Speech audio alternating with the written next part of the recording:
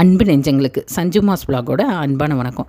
நம்ம இன்றைக்கி இந்த வீடியோவில் என்ன பார்க்க போகிறோன்னா கொள்ளு சூப். நான் ஏற்கனவே பாப்பாவுக்கு லஞ்ச் பேக்கிங்கில் கொள்ளு சூப் கொடுத்து விட்டுருந்தேன். அதை பார்த்து ஒரு சிலர் கொள்ளு சூப் எப்படி வைக்கிறதுன்னு ரெசிபி போடுங்கன்னு சொல்லியிருந்தீங்க. அதனால தான் இந்த வீடியோ உங்களுக்காக தான் எடுத்துகிட்டு வந்திருக்கேன்.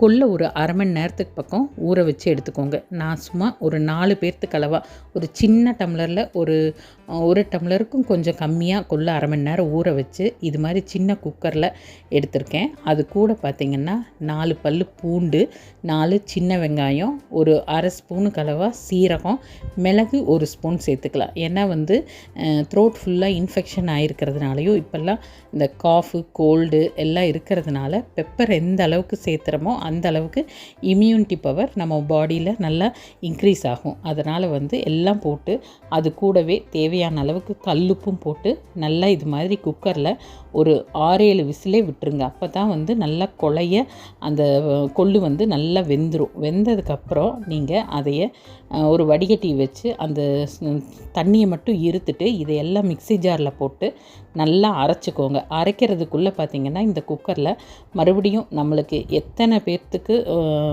இது வேணுமோ சூப்போ அந்த அளவுக்கு உண்டான மாதிரி மறுபடியும் நான் 4 பேர்த்துக்கு வச்சதுனால ஒரு 2-2.5 டம்ளருக்கு பக்கம் மறுபடியும் தண்ணி வச்சு அதை ஹீட் பண்ணுறக்குள்ளே இதை நல்லா அரைச்செடுத்து அந்த ஹீட்டான தண்ணியும் ஊற்றி எல்லாத்தையும் ஒரு சேர நல்லா கலக்கி ஏற்கனவே வடித்து வச்சுருந்த அந்த கொள்ளு தண்ணியும் எடுத்து அதையும் இந்த குக்கரில் ஊற்றி நல்லா கொதிவிட வரணும்.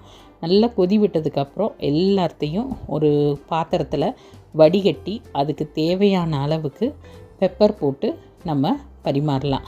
அதே போல் சூப் சூப் பவுலில் வேணாலும் ஊற்றி குடிக்கலாம். ஆனால் சூப் பவுலில் ஊற்றி குடித்தோம்னா அது அகலமாக இருக்கிறனால சீக்கிரமாக ஆறி வந்துடும்.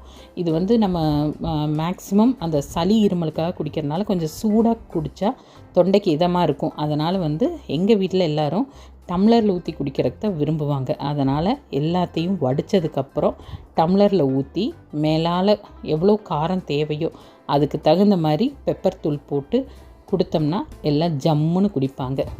இது மாதிரி நீங்களும் உங்கள் வீட்டில் கண்டிப்பாக இப்போ கிளைமேட் சேஞ்ச் ஆகிறதுனால எங்கே பார்த்தாலும் சளி இருமல் காய்ச்சல், அதனால் இது மாதிரி கொள்ளு சூப் வச்சு கொடுத்தீங்கன்னா நம்ம ஃபேமிலியை நம்ம இன்னும் நல்லா பார்த்துக்கிட்டோங்கிற திருப்தி நம்மளுக்கு இருக்கும்.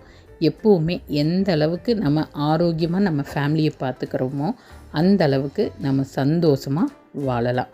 முடிஞ்ச வரைக்கும் வீட்டில் இருக்கிற பொருளை வச்சே நம்ம எது ஒன்றுக்கும் ரெமெடி தெரிஞ்சுக்கிட்டு அது மாதிரி செஞ்சு கொடுக்கலாம். அதே போல் சளிக்கு பார்த்திங்கன்னா ஒரு கஷாயம் அதுவும் நம்ம சேனலில் இருக்குது, செக் பண்ணி பாருங்கள்.